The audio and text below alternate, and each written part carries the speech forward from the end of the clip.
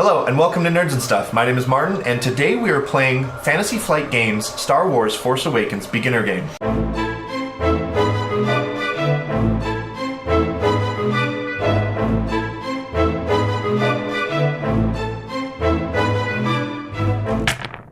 We are starting the second encounter. If you missed the first episode, you can click on the card that's populating in the top right. And we're just going to go ahead and introduce ourselves, and we'll jump right back into it. Yeah, I'm Daniel Sheldon, and I am playing Marley. My name is Michael, and I'm Fira Bon. I'm Justin, I'm playing Bormo. Perfect. Where we last left off, we were in the Starlight Wanderer, taking refuge from the Strauss clan who is coming through the airlock, ready to destroy the nomads. I believe it was ambush. We don't refuge. Perfect. We ambush. We scheduling an ambush of their demise. Perfect. All right. So as they're entering and pouring into this airlock, you guys have clearly set quite the ambush. We are going to determine initiative. Now, in the future of this game, we'll be rolling dice to determine initiative. But for this first encounter, if the heroes prepared successfully for this ambush, you guys will have 3 PC slots ahead of the enemies. So now, like other role-playing games, sometimes you roll and that number determines your exact initiative order, and we create like a flow chart of who you go, then you go, then you go, then they go, and then you go, and etc. But in Star Wars Fantasy Flight games, there will be 3 PC slots, and you guys determine round to round in which order you'd like to go. What makes sense for the combat, what makes sense for the narrative, etc. So you guys have 3 hero slots before the 4 enemies coming into the hallway. So who would like to go first in this ambush? I would absolutely. Absolutely, Bon needs to go first. Madam Bon, I believe. So they're pouring in, kind of single file, hut hut hut. You know, sort of, kind of coming in. You have your blaster. What's your weapon? It's a heavy blaster. So you've got long shot blaster. Okay, so you've got your long shot blaster at the ready, and they start pouring in. Now these guys are at a short range from you. Now, in Fantasy Flight game, Star Wars game, you have these kind of range bands. There's no set range. They're kind of theater of the mind kind of range bands. So short is very much talking distance away, right? So these guys are very close, across the room away from you. Medium is talking loudly, almost yelling.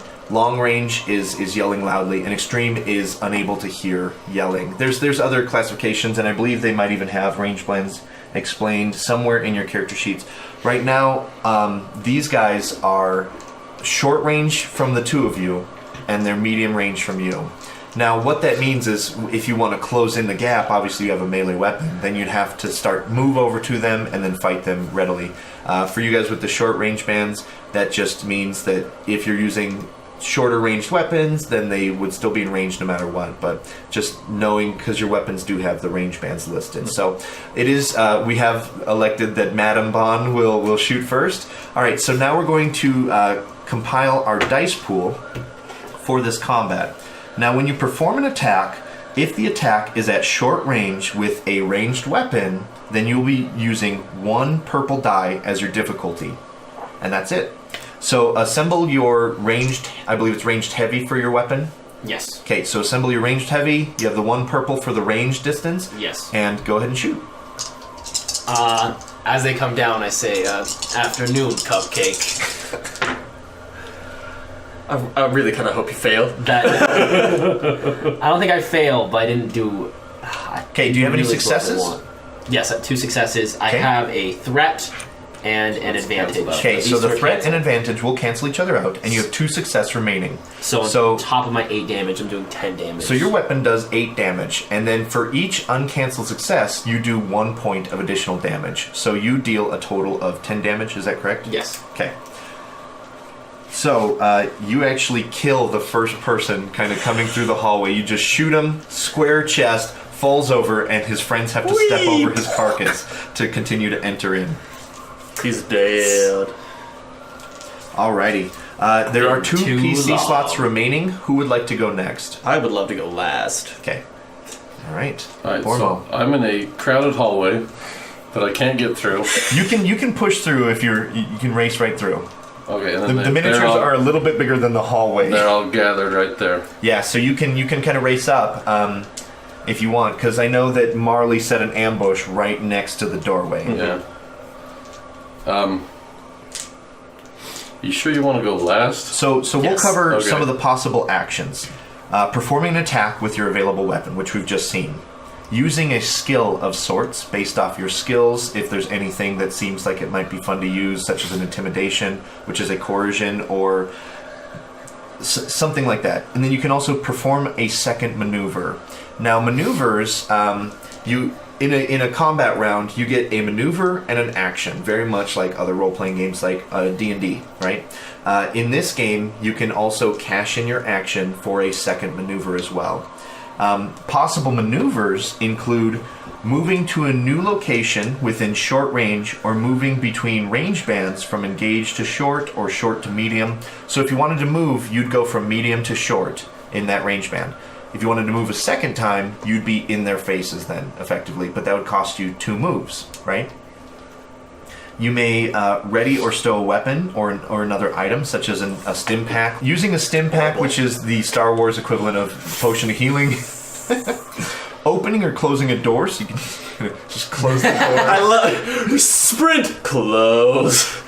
Aiming your weapon to gain a blue boost die on your next attack. Taking cover to give setbacks for people who are shooting at you. Oh, so I could have aimed. You could have aimed, and unfortunately, we were so ambitious to shoot and kill the that first one-liner was more important than the actual roll. Or you may assist another character on their next action. So you have your choices ahead of you. There is one more thing that I want to cover for your turn, because it would allow you to get into combat this turn. For you to get into distance with them, you'd have to move twice. But normally that would be cashing in your action for a second move. However, in this game, you can strain yourself. You can push yourself beyond your limits, taking 2 strain to perform 2 maneuvers, both of which are legal maneuvers, and then you still have your action remaining. So you can sprint, push yourself beyond your limits, and then be able to attack afterwards. Okay. What would you like to do? What I'm going to do is, I want to use my 2 strain to do an extra move, Okay. but I want that to be because of how hard it was for me to climb over this barricade. That you set up, you're tripping over it. And I was like, the fight's over there, not back here. You hit your shin on the crate as you go over it. Yeah. So I'm going to take 2 strain, and I'm going to move twice, and then I'm going to try to hit somebody in the face with my stick. I assume these guys are all like kind of coming in. Yeah, so they're still pouring in. And remember, this is all kind of happening simultaneously, as combat can do. Okay, so it is your turn. Now, melee is a little bit different than ranged. You are now in the range band known as engaged. Okay. So in engaged, when you're doing a melee check, it is 2 purple dice. Because they're fighting defensively, they're maneuvering, they're going to dodge, So what is your melee attack positive dice pool? Yellow and 2 greens. Perfect. And then you have 2 purples, and you can't take any additional actions to gain you additional beneficial dice or anything. So let's go ahead and roll that dice pool.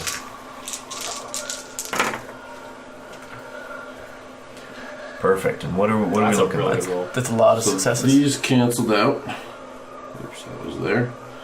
So I got 2 successes and advantage. And an advantage. Okay. So your 2 successes will add 2 damage to your base weapon's damage number. So that's 9 damage. Okay, so you're going to do 9 damage, and you uppercut this punk ass with your staff, and you just uppercut him, and it breaks his jaw, and he falls prone to the ground, unconscious. Also falling on top of his former buddy. Yeah, This is just a hallway quite the of death. barricade. Now you do have 1 advantage. Now with 1 advantage, really one of the only things you can do is alleviate a strain.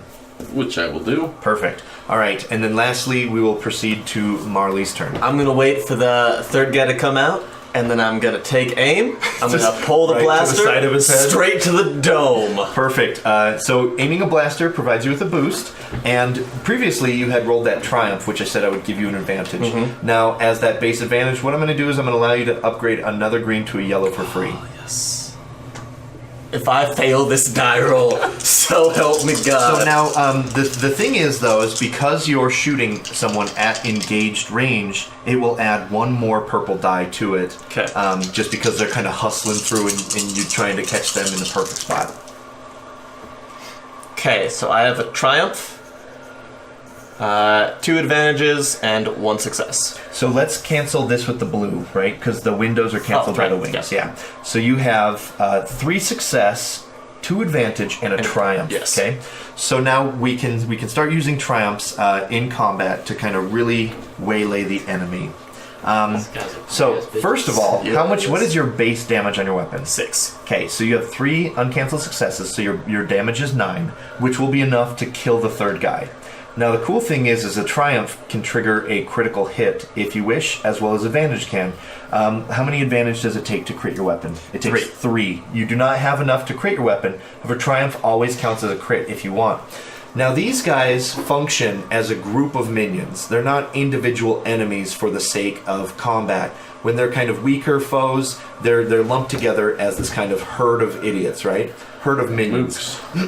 Exactly, a brute squad. So with your triumph, because they all kind of have one collective hit point pool, you can shoot the first one and then turn and shoot the second one, same exact style, killing them both. Now, is it possible that he shot the one in the head and it went through their head and into the next guy's head? Absolutely, absolutely. So they just come running out and they see their fallen foes, and then I just slowly wait for it. Wait for the shot Wait to line for up. it. Boom, boom. They drop like sacks of sand, Jakku sand. No, And then Some ham sandwiches. I spin my blaster. That's for you, Bonbon. perfect. I'd like to make an attack. So the battle continues until one team or another is victorious. If the PCs win, as you cut down the Strauss clan gangsters, the last low life bolts through the entrance. So this will be the person that's uppercut, broken jaw, kind of scrambles to his feet a little bit. Clutching her wounds, she pauses once she's outside the wreck and safely out of her reach, and she says, "You're going to regret this." Because her jaw's messed up. Sure. She shouts. She then turns and flees into the desert. Can I shoot her? That's what I was also thinking. Not in this text block. Okay. Yeah, unfortunately, no.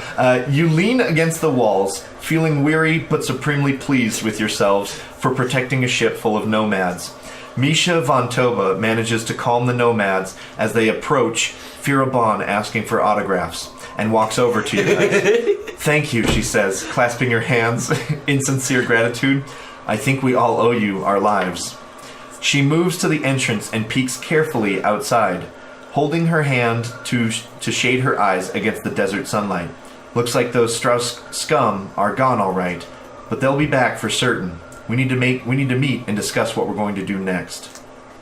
Okay, this is the end of our first combat. At the end of every combat, we will do kind of take a deep breath, check your wounds, see what you're looking like. Ham sandwich. We'll recover strain. So at the end of each encounter, the PCs have a chance to recover strain. The PCs recover strain equal to their presence or ranks in cool, whichever is greater. So everybody has the presence, which is one of your 6 characteristics, or if you have a lot of ranks in cool. So How does Derm Bormo not have ranks in Also, I had to do the last rites over these bodies. I don't feel good about killing people. That's why I only broke the one lady's jaw. I'm sorry. Did you guys take damage that round? Was it just me that Rank just in was too presence. cool? So everybody has alleviated strain. That is the end of the second encounter, and it is also the end of our second episode of Star Wars What? Force That's so fast! There's so much more to do, Martin. We've got. Don't worry, we've got 6 more. Oh, thank God. Yeah. All right. So we will be back with the next episode of Star Wars Force Awakens Beginner Box. So I'll just say, We'll do welcome the back. text block of our characters again. I'll read character backstories. That'll be the first 5 minutes of every episode. It's just Yes, I love reading it. a lot.